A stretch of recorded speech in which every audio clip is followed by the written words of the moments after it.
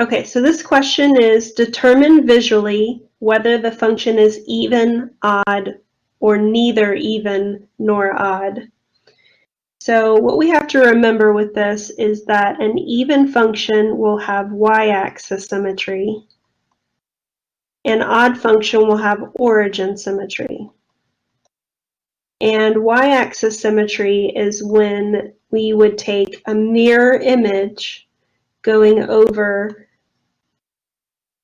the y-axis, and we would have the two sides of the graph matching up over that y-axis. And then origin symmetry is when you have a mirror image going over the origin, which is 0, 0. And so you're going to have in these opposite quadrants a mirror image. So in those two quadrants and also in these two quadrants. So what I want to do is I want to look at the graph that I have and imagine these types of symmetry to see if I have either one of them. So I'm going to start with the y-axis symmetry. So this is the y-axis, and I'm looking on either side of that y-axis to see if I have a mirror image. And what I'm seeing is that this piece of the graph, if I were to mirror it over the axis, would look like this, and that doesn't match the other side. So this function does not have y-axis symmetry. So then what I want to do is look at origin symmetry. So origin symmetry is when you have in opposite quadrants. So I'm going to focus in on quadrant 1, and then the opposite quadrant is quadrant 3 over here. So this is 1 and this is 3. And I'm trying to see if there's a mirror image. And this one can be a little bit harder to imagine. So I'll take you through a way that you can imagine it. So what you can do is I'm going to start with this piece of the graph right here. And I'm going to imagine reflecting it over the x-axis, and then imagine reflecting it over the y-axis. So this is like 2 over here. So when I reflect it, it would be 2 over here. So that piece that I originally talked about reflected once over the x, and then when we reflected over the y, landed right on top of this piece over here. And so it is matching for origin symmetry. And let me try to do it with this piece right here as well.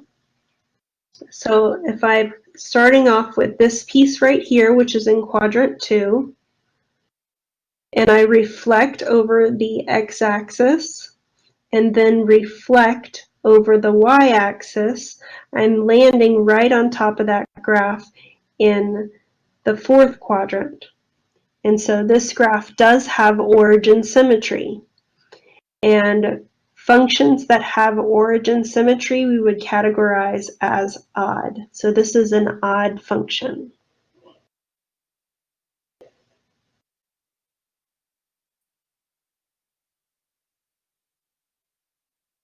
So this is another question from the practice test, and it says find the x-intercepts and the y-intercepts of the function.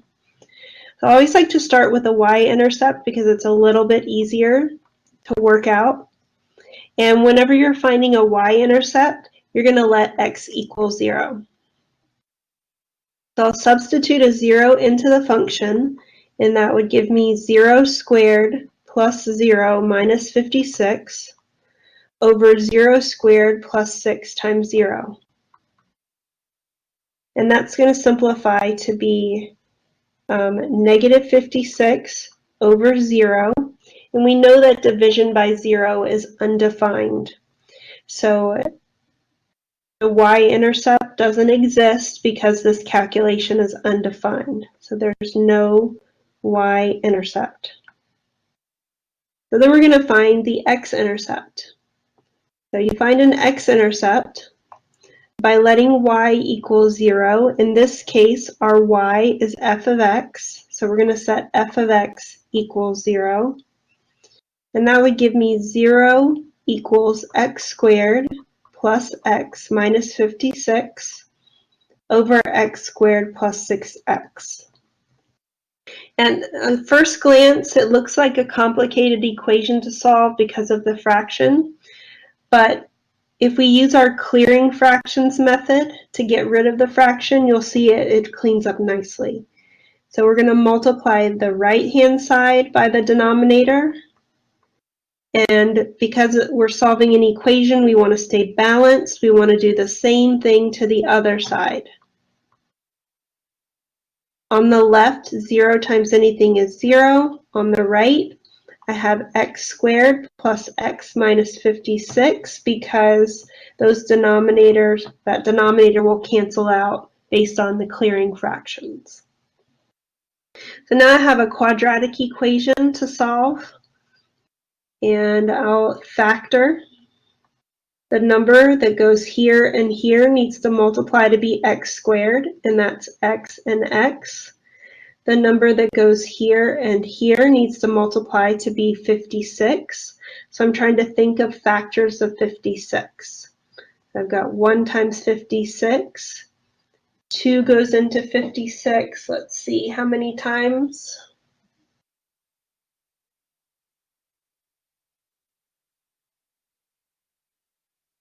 That's 28 times.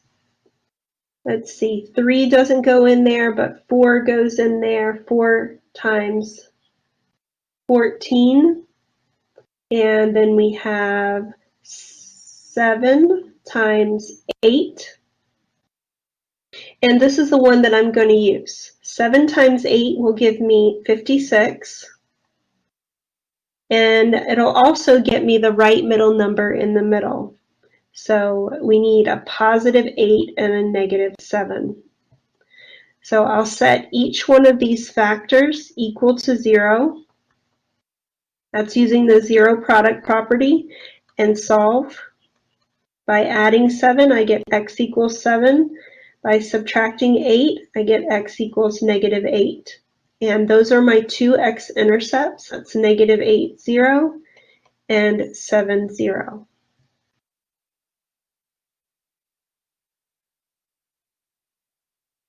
Okay, in this example it says, find the slope-intercept form for a line with the given slope and y-intercept.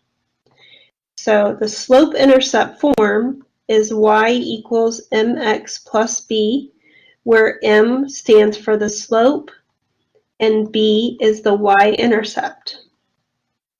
So this example gives us the slope, which we'll substitute in for m. Our slope is negative 1/3. And it gives us the y-intercept, which we'll substitute in for b, a y-intercept of 1/4. So we start with our format of y equals mx plus b, that slope-intercept form, and we substitute in the value of slope, negative 1/3 x, and the value of b, which is 1/4. So this is the equation of the line with slope of negative 1/3 and a y-intercept of 1/4. That's y equals negative 1/3 x plus 1/4.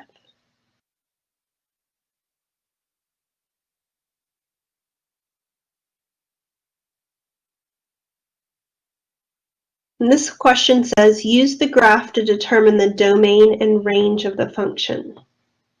So when I'm finding domain and range from a graph, I like to use a pencil or a ruler to help guide me. So what I do is, first I'm finding domain, and we're going to write our domain in interval notation, and I'm going to hold my ruler or pencil vertically because my ruler, when it's held vertically, is sort of marking along the x-axis, and the domain are the x values. So I hold it vertically, and I'm going to move the ruler from left to right.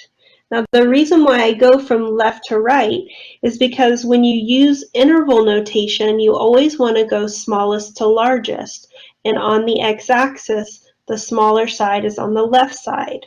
So we start on the left, and I'm going to decide when is the first time that my ruler hits the graph. The first time it hits the graph is at -3 at this spot right here. And so my domain is going to start at -3.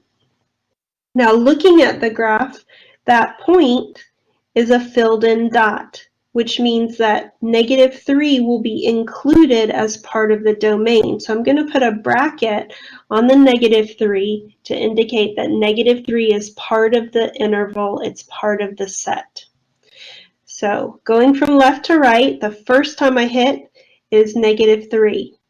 I continue to hit as I go from left to right, and I'm keeping hitting the graph all the way until I get to this point over here, and this value is 7, 0. So my domain is going to stop at 7 because I no longer hit the graph after that point. And just like on the last one, that endpoint, 7, 0, is a filled in circle, which means it's part of the graph, and I would put a bracket on that 7 to indicate that 7 is part of the domain. So I've written down the domain now. That's -3 to 7, including the endpoints. So that notation means starting with -3, including -3, and continuing all the way until 7 and including 7. Then we're going to take our ruler and switch it to horizontal to find the range. And now as I go from bottom to top, I'm running along the Y scale now. And from bottom to top, the first time I hit the graph will be at this value here, which is -2, 0, and range are the Y values. So my range will start at -2. That's a filled in dot, so I'll include -2 in the range. And so going from bottom to top, the first time I hit is -2, and the last time I hit the graph will be at this point right here, which is -3, 6, and that Y value is 6. So the range goes till 6. That's a filled in dot, so I'll put a bracket on that. So I found that the domain is -3 to 7, including the endpoints, and the range goes from -2 to 6, including the endpoints.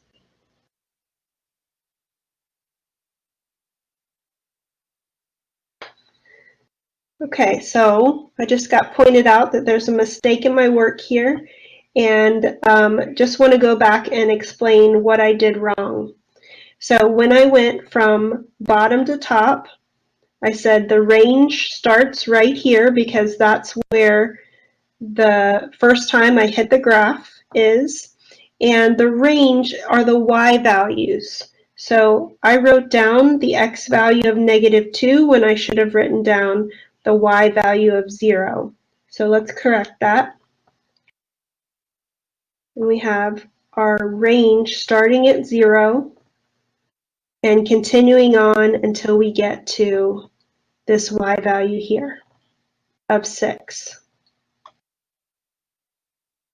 So the range is actually from 0 to 6.